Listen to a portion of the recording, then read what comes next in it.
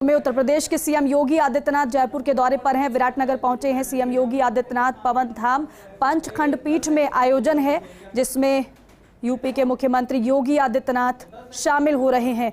योगी आचार्य सोमेंद्र की चादरपोशी।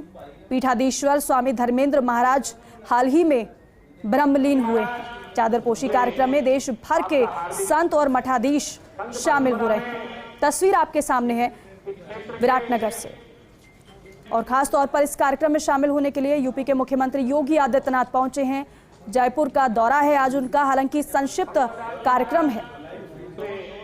यूपी के मुख्यमंत्री योगी आदित्यनाथ का तमाम साधु संत इस कार्यक्रम में मौजूद हैं। आचार्य सोमेंद्र की आज चादरपोशी कार्यक्रम में देश भर के संत और मठाधीश शामिल हो रहे हैं। तो ये तस्वीर आप देख रहे हैं, उत्तर प्रदेश के मुख्यमंत्री योगी आदित्यनाथ इस कार्यक्रम में पहुंच चुके हैं। हालांकि छोटा ही कार्यक्रम है, कुछ ही घंटों इस कार्यक्रम में योगी आदित्यनाथ रुकेंगे, क्योंकि उत्तर प्रदेश के मुख्यमंत्री होने के साथ साथ योगी आदित्यनाथ मठ के महंत भी हैं और ऐसे में इस तरीके से जब कार्यक्रम होते हैं तो वो ऐसे कार्यक्रमों में पहुंचते हैं। हेलीपैड पर जब सीएम योगी आदित्यनाथ पहुंचे तो उनका भव्य स्वागत सबसे पहले किया गया। उसके बाद आचार्य धर्मेंद्र की समाधि पर अब वो पुष्पांजलि अर्पित करेंगे। उसके बाद चादरपोशी समारोह में शिरकत करेंगे। उनका कार्यक्रम क्या कुछ रहेगा वो आपको हम बता रहे हैं। यूपी के सीएम योगी आदित्यनाथ विराटनगर पहुंच गए हैं और वो पहुंचे, उसकी तस्वीर आपके सामने है। जब हेलीपैड पर वो पहुंचे तो उनका भव्य स्वागत भी किया गया और आचार्य धर्मेंद्र की समाधि पर पुष्पांजलि अर्पित करेंगे। उसके बाद चादरपोशी समारोह में शिरकत करेंगे। फिलहाल तस्वीरें सामने आने लगी हैं, वो तस्वीर हम आपको दिखा रहे हैं। संत भी इस वक्त मौजूद हैं। मंच की तस्वीर, चादरपोशी का ये कार्यक्रम है। पवन धाम पंचखंड पीठ में आयोजन हो रहा है।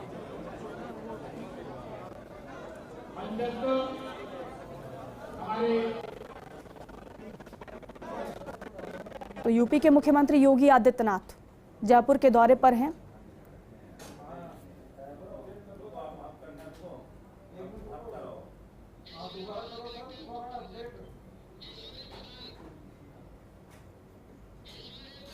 और ऐश्वर्य प्रधान मेरे सहयोगी हमारे साथ फोन लाइन पर कनेक्ट हो चुके हैं। ऐश्वर्य, तस्वीर तो सामने आने लगी है। मुख्यमंत्री योगी आदित्यनाथ विराटनगर पहुंच चुके हैं, क्या चल रहा है वहां पर फिलहाल? देखिए, विराटनगर में उत्तर प्रदेश के मुख्यमंत्री योगी आदित्यनाथ पहुंचे हैं और उनके पहुंचने के साथ ही उनका हेलीपैड पर स्वागत हुआ। एक सामान्य कार्यक्रम था, लेकिन उसके बाद सीधे वो इस आश्रम में आए। पंचखंड पीठ है, इसमें आकर उन्होंने सबसे पहले आचार्य धर्मेंद्र को पुष्पांजलि अर्पित की, जहां पर उनकी समाधि बनी हुई है। यहाँ पर चादरपोशी का कार्यक्रम जो है वो शुरू हो गया है, आपको तस्वीरों में दिखाई देंगे। उनके साथ अलवर के सांसद बाबा बालकनाथ भी मौजूद हैं, जो कि हेलीपैड से उनके साथ आए। हेलीकॉप्टर में जयपुर से रवाना हुए उन्हीं के साथ और सीधे वो यहाँ पर आ गए हैं। और अभी यहाँ पर बहुत संक्षिप्त में कार्यक्रम है। अलग अलग क्षेत्रों के महंतों की यहाँ मौजूदगी है, संतों की मौजूदगी है और प्रबुद्ध मौजूदगी है। स्थानीय लोगों को भी यहाँ पर बुलाया गया है, लेकिन बहुत ज्यादा भीड़ इस कार्यक्रम में नहीं है। कम संख्या में ऐसे लोगों को बुलाया गया है। जहाँ पर जो गद्दी संभालेंगे वो सोमेंद्र शर्मा हैं, जो कि अब सोमेंद्र महाराज होंगे, वो उत्तराधिकारी होंगे। क्योंकि आचार्य धर्मेंद्र के दो पुत्र हैं, धर्मेंद्र शर्मा, उनमें से सोमेंद्र शर्मा जो है, जो आचार्य सोमेंद्र बनकर गद्दी संभालेंगे, वो आपको पता है, जो कि कांग्रेस को यहाँ पर अच्छे खासे दिखाई दे रहे हैं तमाम विजुअल। और ये जो कार्यक्रम है, ये संतों में एक परंपरा होती है कि जब संत देहावसान कर जाते हैं, शरीर छोड़ देते हैं, तो उनका एक उत्तराधिकारी बनाया जाता है उस आश्रम की जिम्मेदारी के लिए। और उस संत परंपरा का आगे किस तरीके से निर्वहन लोग करें, उस लिहाज से उत्तराधिकारी बनाया जाता है। तो यहाँ पर उत्तराधिकारी आचार्य धर्मेंद्र के उत्तराधिकारी सोमेंद्र महाराज बने हैं। आपको ये तस्वीरों में बखूबी दिखाई दे रहे हैं। आप देख सकते हैं कि इस कार्यक्रम को लेकर कोई विशेष तैयारी नहीं, सामान्य सा कार्यक्रम होता है। और ये जो आश्रम है ये यहाँ पर पहले से था। इससे पहले यहाँ पर इनके पिता थे, आचार्य धर्मेंद्र के पिता थे वो इस गद्दी पर रहते थे। आचार्य धर्मेंद्र के पिता संभाला करते थे। आचार्य धर्मेंद्र के पिता के बाद आचार्य धर्मेंद्र को गद्दी मिली और आचार्य धर्मेंद्र के बाद अब सोमेंद्र शर्मा को ये गद्दी मिली है। और दूसरी तरफ प्रणवेंद्र शर्मा भी हैं जो इन्हीं के भाई हैं, जो यहाँ पर मौजूद हैं, जो कि भाजपा के नेता हैं। उनकी धर्मपत्नी भी मौजूद है, संगीता प्रणवेंद्र, जो कि बहुत वरिष्ठ पत्रकार रही हैं, अभी प्रोफेसर हैं। उनके परिवार के लोग भी यहाँ पर मौजूद हैं। उनके अलावा संत महंतों की यहाँ पर अच्छी खासी संख्या में मौजूदगी है। आप देख सकते हैं इन तस्वीरों में कि संत महंत हैं और मंत्रोच्चार के साथ चादर पोस्ती का समारोह है शुरू हो चुका है। पूरे विधि विधान के साथ और मंत्रोच्चार के साथ ये आयोजन चल रहा है। और बहुत ज्यादा देर यहाँ पर योगी आदित्यनाथ नहीं रुकेंगे, लेकिन एक महत्वपूर्ण बात बता दूं, योगी आदित्यनाथ को देखने का क्रेज लोगों में इतना जबरदस्त है कि यहाँ पर आसपास के गाँव के लोग या दूर दराज से भी लोग उन्हें देखने के लिए आए। और जैसे ही वो आए, हालांकि सिक्योरिटी उनकी बहुत कड़ी होती है और उनकी कड़ी सुरक्षा के मद्देनजर यहाँ पर बहुत ज्यादा लोगों को एंट्री नहीं दी गई, लेकिन दूर से भी उनको हेलीकॉप्टर से लोगों ने देखा। और जब उनका वाहन यहाँ पर आया तो दूर दराज से योगी आदित्यनाथ को देखा, क्योंकि लोकप्रिय मुख्यमंत्री है। और उत्तर प्रदेश में जिस तरीके से उनका नाम है, पूरे देश के अगर मुख्यमंत्रियों की बात करें तो उत्तर प्रदेश जैसे बड़े राज्य की कमान संभालने वाले, और जो वहाँ के लॉ एंड ऑर्डर को जिस तरीके से उन्होंने वहाँ पर संभाला और जिस तरीके से उत्तर प्रदेश की तस्वीर पूरे देश में देखी जा सकती है, उस लिहाज से योगी आदित्यनाथ का बड़ा नाम है। तो दूसरी तरफ योगी आदित्यनाथ चूंकि संत हैं, गुरु गोरक्षनाथ के संप्रदाय से हैं, तो ऐसे में उनके प्रति लोगों की भावना भी है, जो कि धर्म में आस्था रखते हैं, हिंदू धर्म में आस्था रखते हैं, सनातन धर्म में आस्था रखते हैं, उनकी योगी आदित्यनाथ के प्रति श्रद्धा भी रहती है। तो यहाँ पर योगी आदित्यनाथ को देखने वालों का चार्म भी है। हालांकि यहाँ पर लोग जो हैं उनके लिए आज बहुत अच्छा मौका भी है, लेकिन ये कार्यक्रम राजनीतिक नहीं है, ये टोटली धार्मिक कार्यक्रम है। आज वो अपने धर्म के लिहाज से आए हैं, क्योंकि वो स्वयं भी महंत है, स्वयं भी गुरु गोरखनाथ संप्रदाय से हैं। तो ऐसे में वो यहाँ पर उनका आना एक राजनीतिक तौर पर नहीं देखा जा सकता, लेकिन राजनीति से जुड़े लोगों के लिए बहुत इम्पोर्टेंट है उनका दौरा। वो उनके इस दौरे को देख रहे हैं कि अब आगामी दिनों में कब उनके राजस्थान दौरे होंगे, क्योंकि राजस्थान चुनाव में अब 1 साल का वक्त रह गया है। तो इस 1 साल में उनके कितने दौरे होने हैं, क्योंकि मुझे याद है 2018 में जब राजस्थान के विधानसभा चुनाव हुए थे, एक सर्वाधिक डिमांड जो थी प्रधानमंत्री मोदी और अमित शाह के बाद यदि सर्वाधिक डिमांड आती थी सभाओं की, तो योगी आदित्यनाथ की आती थी। योगी आदित्यनाथ को बुलाने के लिए लोग नेता जो है वो कहते थे कि योगी आदित्यनाथ को बुलाया जाए, उनकी सभा करवाई जाए। और यही हाल कमोबेश लोकसभा चुनाव में था। लोकसभा चुनाव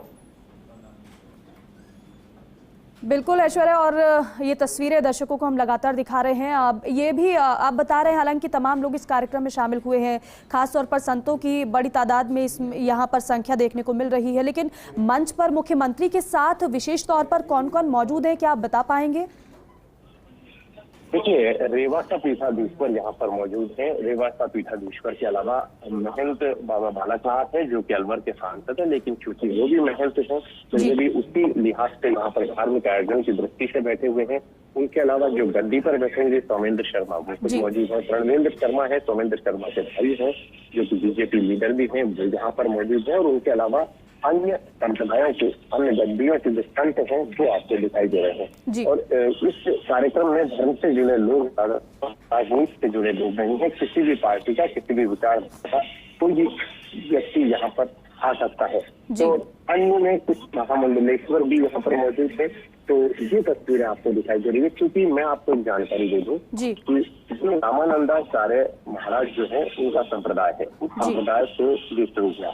तो रामानंदाचार्य संप्रदाय के जो तीर्थदेवी है, जो कि श्री राम समर्थ को मानती है, समर्थ गुरु रामदास महाराज जो है एक बहुत बड़े संत है। तो ये उस परंपरा नहीं करने वाली गद्दी है, क्योंकि यहाँ पर संतों की अलग अलग परंपरा है। तो उन परंपरा के लिहाज से देते हैं। तो संतों के लिहाज से अघोर संप्रदाय अलग होता है, उदासीन संप्रदाय अलग होता है, कबीर संप्रदाय अलग होता है, अलग अलग संत परंपरा में। तो उनमें अगर देखें तो ये रामानंदाचार्य महाराज से जुड़ा संप्रदाय है।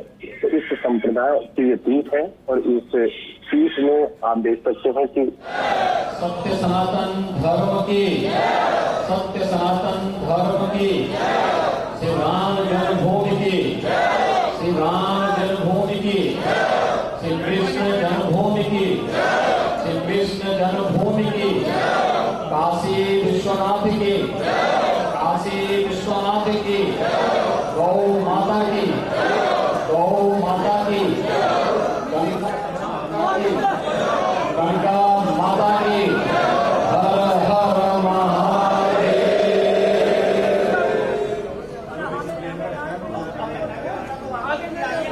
मंच पर विराजमान अखिल भारतीय संत संघ के अध्यक्ष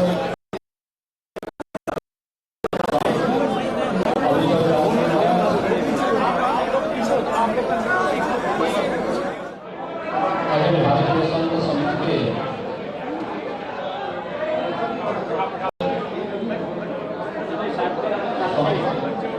अभिचल राजी महाराज,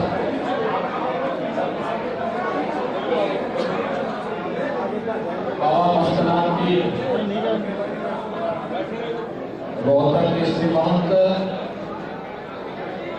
और अलवर के लोकप्रिय सांसद महंत योगी बालाजीनाथ जी महाराज,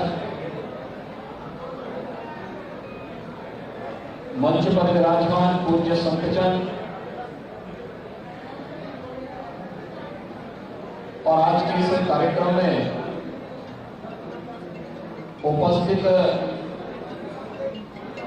पूज्य स्वामी आचार्य धर्मेंद्र जी महाराज के सभी शुभचिंतक और उनके धर्म परिवार से जुड़े हुए सभी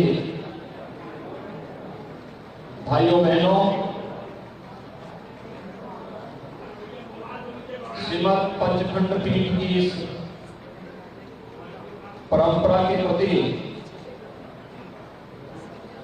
अपना सम्मान व्यक्त करने के लिए मैं आज यहां स्वयं उपस्थित हुआ हूं। हम सब जानते हैं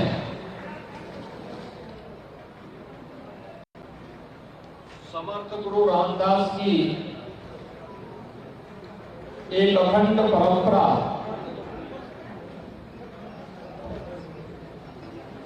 जिसने हिंदवी साम्राज्य की स्थापना के लिए था, उसी परंपरा को आगे बढ़ाते हुए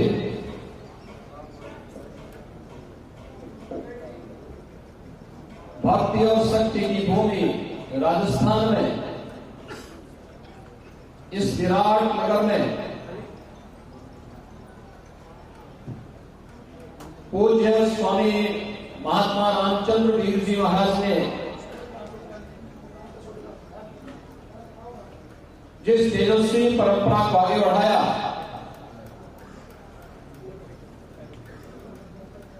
स्वामी आचार्य धर्मेंद्र जी महाराज ने उसे नया तेज देकर के विगत समय की सबसे बड़े सांस्कृतिक आंदोलन में अग्रणी भूमिका का निर्वहन करते हुए उसे सफलता की नई ऊंचाइयों तक पहुंचाने में अपना योगदान किया। भाइयों बहनों, हम सब जानते हैं अगर विगत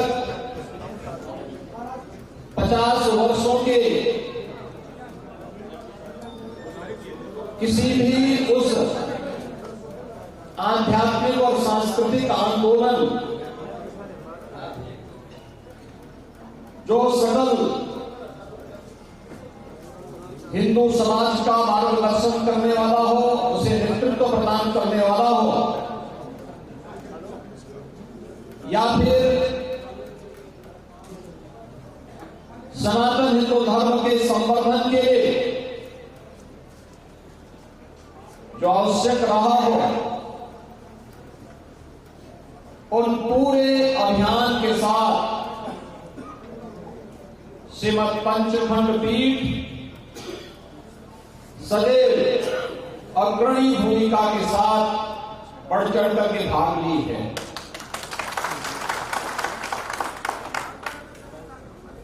भारत विभाजन के समय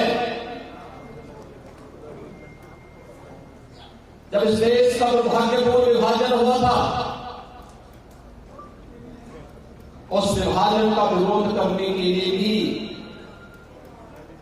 इस देश के पूज्य संतों के नेतृत्व में जो आंदोलन चल रहा था, उसमें भी इस पीठ की भूमिका थी। पूज्य स्वामी महात्मा रामचंद्र वीर जी महाराज और पूज्य स्वामी आचार्य धर्मेंद्र जी महाराज उस आंदोलन में कूद पड़े थे।